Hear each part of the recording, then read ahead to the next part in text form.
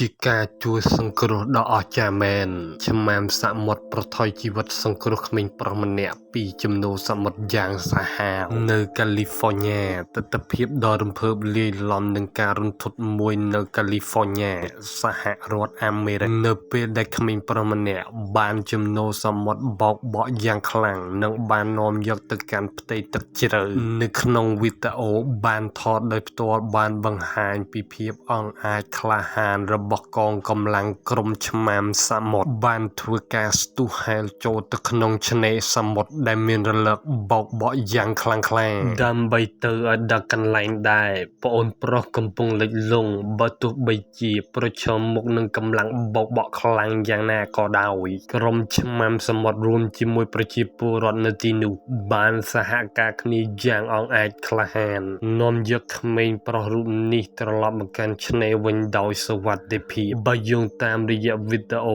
បានបង្ហោះនៅថ្ងៃទី28ខែកក្កដាឆ្នាំ2026គឺទទួលបាននូវការកោតសរសើរយ៉ាងខ្លាំងពីសំណាក់មហាជនពីភាពក្លាហានរបស់ពួកគេនិងកិច្ចអន្តរាគមន៍ជួយសង្គ្រោះទាន់ពេលវេលាផងនោះសរុបមកវិញសូមមានការប្រុងប្រយ័ត្នឲ្យបានខ្ពស់មែនទែនចំពោះបងប្អូនដែលគាត់ចូលចិត្តដំណើរកម្សាន្តទៅតំបន់ឆ្នេរក៏ដូចជាអ្នកដែលរស់នៅក្នុងតំបន់ឆ្នេរជាពិសេសផងនោះគឺអ្នកដែលគាត់ចូលចិត្តហែលទឹកលេងឬក៏កម្សាន្តលេងនៅក្នុងទឹកមានការប្រុងប្រយ័ត្នឲ្យបានខ្ពស់យើងមិនដឹងទេថាតើពេលណាដែលកម្រិតរលកនៃទឹកសមុទ្រវាកើនឡើងខ្លាំងឬពេលណាដែលវាត្រូវបោកបក់ខ្លាំងដែលធ្វើឲ្យការកើនឡើងនៃរលកទឹកសមុទ្រធំៗដែលអាចប៉ះពាល់ដល់អាយុជីវិតផងដែរបើតាមជាក់ស្ដែងដោយករណីខាងលើនេះកើតឡើងនៅកាលីហ្វ័រញ៉ា